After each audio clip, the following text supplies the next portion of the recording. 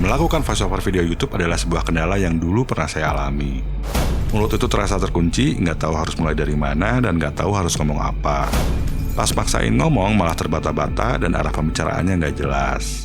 No, I hear you fine. Untuk mengatasi masalah-masalah tersebut, saya mengakalinya dengan menulis skrip atau naskahnya dulu. Jadi pas ngerekam voiceover udah tinggal baca skrip aja, dan saya nggak perlu mikir keras untuk mengingat-ingat apa saja yang harus saya bicarakan. Sebelum nulis skrip, saya biasanya bikin outline atau kerangka skripnya dulu. Dengan menggunakan kerangka, skrip yang akan ditulis jadi memiliki struktur yang jelas, jadi saya tahu apa yang harus saya tulis dari awal sampai akhir. Saya banyak menggunakan kalimat-kalimat yang pendek supaya skripnya lebih gampang dibaca. Kadang-kadang emang ada kalimat yang panjang, tapi saya selalu usahakan untuk menulis kalimat sependek mungkin. Kalau terlalu banyak kalimat panjang, pas ngerekam voiceover jadinya suka susah dibaca dan mulut jadi belibet. Untuk kata-kata yang saya gunakan, saya sesuaikan saja dengan gaya saya bicara sehari-hari. Nggak perlu formal-formal banget, dan nggak perlu pakai kata-kata seperti pujangga. Yang penting tetap sopan, jadi skripnya bisa kita baca dengan lebih nyaman. Setelah beres nulis, saya akan baca skripnya dulu untuk memastikan apakah skrip tersebut bisa dengan mudah dan enak untuk dibaca. Kalau ada kalimat yang terlalu bertele-tele, biasanya saya edit lagi supaya lebih pendek dan lebih sederhana. Dan kalau ada poin yang terlalu banyak diulang-ulang, maka saya akan edit lagi supaya nggak terlalu banyak pengulangan. Untuk aplikasi yang saya gunakan dalam merekam voiceover adalah Audacity. Bisa kita download gratis dari situs ini, dan setelah itu tinggal diinstal di laptop atau di PC. Tapi kalau kalian lebih suka aplikasi lain seperti Adobe Audition, silahkan kalian pakai. Supaya hasil audionya lebih bagus, saya menggunakan tambahan VST plugins untuk equalizer dan juga kompresor. VST plugins ini saya install dan saya integrasikan dengan Audacity. Saya menggunakan TDR Nova untuk equalizer dan TDR Molotov untuk kompresor. Dua-duanya bisa di-download dengan gratis dari situs tokyodown.net. Kalian bisa pakai equalizer dan kompresor yang sama dengan saya, atau silahkan pakai apa saja yang kalian sukai.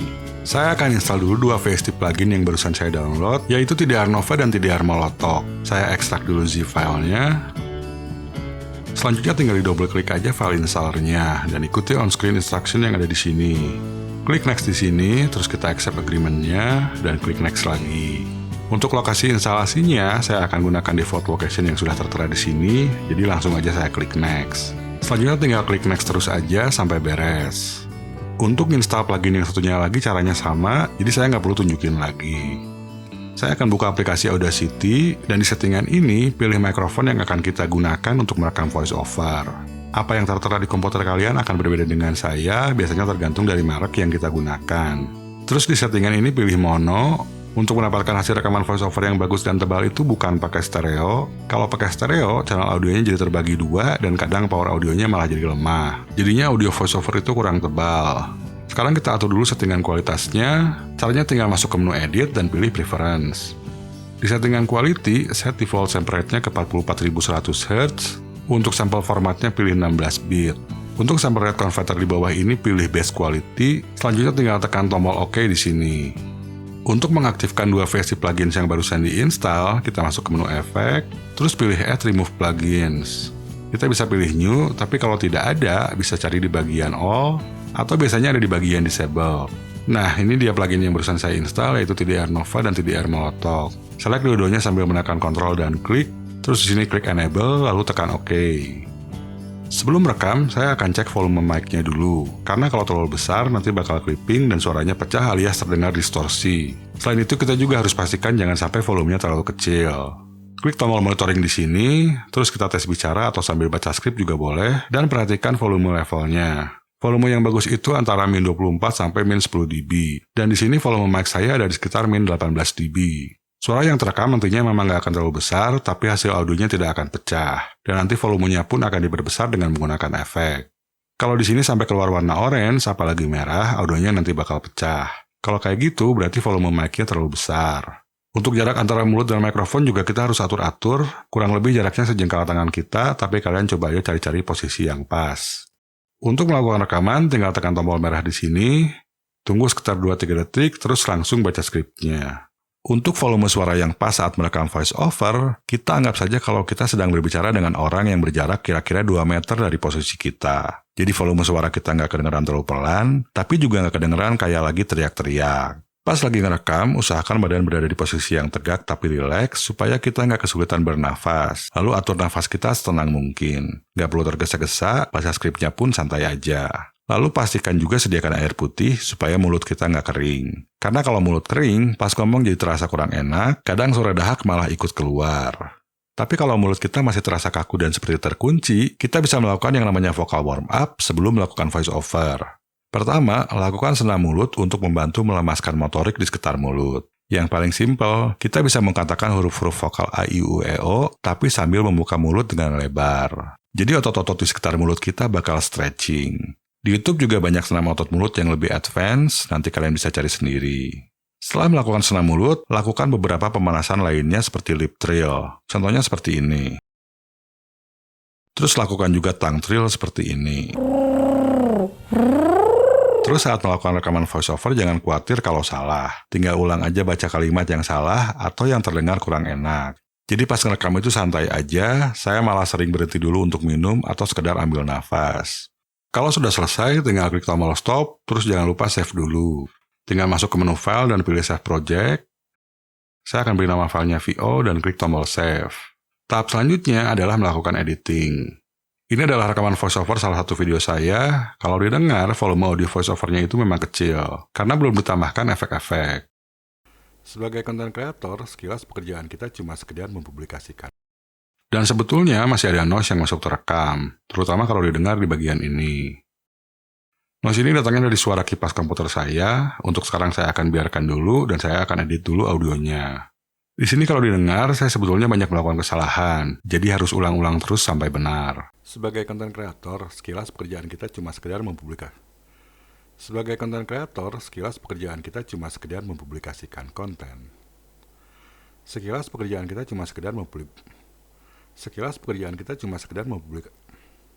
Untuk hapus bagian yang salah, tinggal diseleksi aja, terus tekan tombol delete atau del di keyboard. Selanjutnya saya tinggal hapus aja semua bagian yang salah, termasuk batuk-batuk atau sendawa yang ikut terekam. Jadi yang tersisa di sini hanya bagian-bagian yang bagusnya saja. Saya harus pastikan juga timing jeda berhentinya. Ada yang harus deket banget kalau memang pas ngerekam jeda berhentinya terlalu panjang, tapi ada juga jedanya yang harus diperpanjang. Untuk menambahkan jeda, kita posisikan dulu playhead-nya, misalnya di sini, terus masuk ke menu generate, lalu pilih silence, dan di sini klik OK. Kalau jedanya kepanjangan, tinggal dihapus saja sebagian. Kalau kurang, tinggal ditambah lagi. Kalau misalkan saat ngedit kita baru sadar ada bagian yang tidak salah ucap, tapi intonasinya kurang enak didengar. Nah, kita bisa timpa bagian tersebut dengan rekaman yang baru. Misalnya bagian ini ingin kita timpa dengan rekaman yang baru. Kita masuk ke menu tracks, dan pilih add new, lalu pilih monotrack. Mute dulu track yang paling atas, terus di track yang kedua, klik select. Tempatkan playhead-nya di posisi yang pas, terus tinggal tekan tombol ini untuk merekam bagian yang ingin diperbaiki. Kalau sudah direkam, seleksi aja bagian rekaman yang baru, terus klik kanan dan pilih cut. Unmute track yang di atas, lalu seleksi bagian yang mau ditimpa, klik kanan di sini, terus pilih paste. Intinya kita harus edit sampai voiceover-nya itu terdengar bagus dan natural. Proses ini memang lumayan makan waktu, tapi lama-lama kalau sudah terbiasa, kita akan bisa melakukannya dengan lebih cepat. Setelah beres ngedit, saya akan bersihkan noise-nya dengan menggunakan noise reduction. Saya akan seleksi sedikit bagian yang hanya terdengar noise, terus masuk ke menu efek dan pilih noise reduction. Untuk settingannya saya akan gunakan yang default dari Audacity karena ini udah cukup bagus. Selanjutnya tinggal tekan tombol Get Noise Profile di sini. Lalu kita select semua audionya dengan menekan Ctrl A, atau bisa masuk ke menu Select dan pilih All. Setelah semua terseleksi, masuk ke menu efek dan pilih Repeat Noise Reduction. Sekarang kalau kita dengar, audionya sudah lebih bersih. Sebagai content creator, sekilas pekerjaan kita cuma sekedar mempublikasikan konten, entah itu ke YouTube, Instagram, TikTok, Facebook, Spotify, dan bahkan ke banyak platform. Saya akan perbesar juga volume audionya supaya sedikit lebih jelas. Untuk itu saya akan menggunakan efek amplify. Di settingan ini, saya tidak akan set ke 0. 0 ini artinya volume maksimal, tapi saya akan set ke min 4 atau min 3, karena setelah ini saya masih akan menambahkan efek-efek lainnya agar voiceover terdengar lebih bagus. Kalau volumenya saya maksimalkan sekarang, takutnya nanti setelah ditambah efek-efek lain, audionya malah jadi clipping dan suaranya pecah. Setelah di-amplify, wave-nya menjadi lebih gemuk dan suaranya juga lebih besar. Sebagai content creator, sekilas pekerjaan kita cuma sekedar mempublikasikan konten. Tapi kalau suara noise-nya terdengar kembali, kita bisa tambahkan lagi noise reduction atau pakai efek noise gate. Saya akan pakai efek noise gate. Di settingan gate threshold-nya ini saya set ke min 40 dB dan attack-nya ke 15 millisecond. Untuk settingan yang lainnya saya biarkan saja, lalu klik OK. Sebagai content creator, sekilas pekerjaan kita cuma sekedar mempublikasikan konten, entah itu ke YouTube, Instagram, TikTok, Facebook, Spotify, dan bahkan ke banyak platform. Oke, setelah kita edit audio voiceover-nya, selanjutnya kita akan menambahkan efek agar audionya terdengar lebih manis dan empuk. Efek pertama yang akan saya tambahkan adalah parametric equalizer, yaitu TDR Nova yang tadi saya install. Tujuan EQ di sini adalah untuk mengurangi frekuensi-frekuensi yang membuat voiceover terdengar kurang bagus, dan hal ini dinamakan subtractive EQ. Tekan di sini untuk play audionya, dan saya akan melakukan high pass terlebih dahulu. High pass ini fungsinya untuk memotong frekuensi audio yang paling rendah di sekitar sini. Untuk suara pria itu frekuensinya dimulai dari 85 Hz, dan untuk wanita biasanya dimulai di frekuensi yang lebih tinggi sekitar 165 Hz. Jadi di bagian ini tidak terdengar suara manusia. Kalaupun ada suara, biasanya suara rumble, resonansi ruangan, atau noise lainnya yang berfrekuensi rendah. Jadi harus sambil kita dengarkan, dan coba mulai dari frekuensi 60 Hz, terus sambil digeser. Dan akhirnya malah banyak waktu yang terbuang, serta hasil kontennya pun tidak maksimal. Agar kita tidak lupa, dan juga bisa mengatur waktu secara lebih efektif, kita harus melakukan... Kalau sampai terdengar terlalu tipis, berarti tinggal kita mundurin lagi aja sedikit.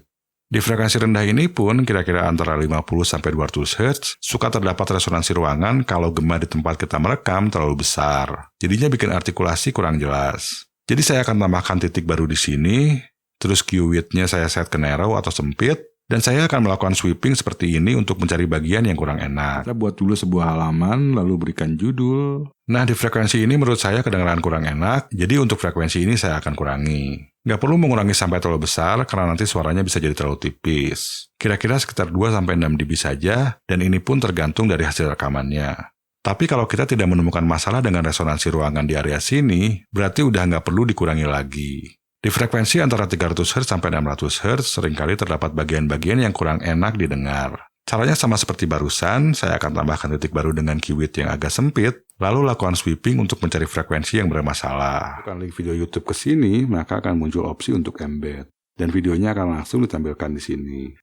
Selain image dan video, kita bisa embed file-file dari Google Drive, Figma, dan bahkan mengembed sebuah tweet. Saya akan tambahkan satu titik lagi untuk mencari jika masih ada frekuensi yang bermasalah di sekitar 500-600 Hz. Karena biasanya frekuensi di daerah sini suka bikin suara menjadi terlalu boxy. Save di cloud. Jadi kalau kita menulis di komputer, kita bisa baca juga tulisannya dari HP. Atau sebaliknya. Lalu kita pun bisa share catatan yang kita buat dengan teman kita. Frekuensi-frekuensi yang harus kalian kurangi tidak sama persis dengan yang saya kurangi. Karena jenis suara, mikrofon yang dipakai, dan juga alat perekam akan mempengaruhi kualitas audio hasil dari rekaman voiceover. Jadi kalian harus cari frekuensi-frekuensi bermasalah dengan cara sweeping seperti yang tadi saya lakukan.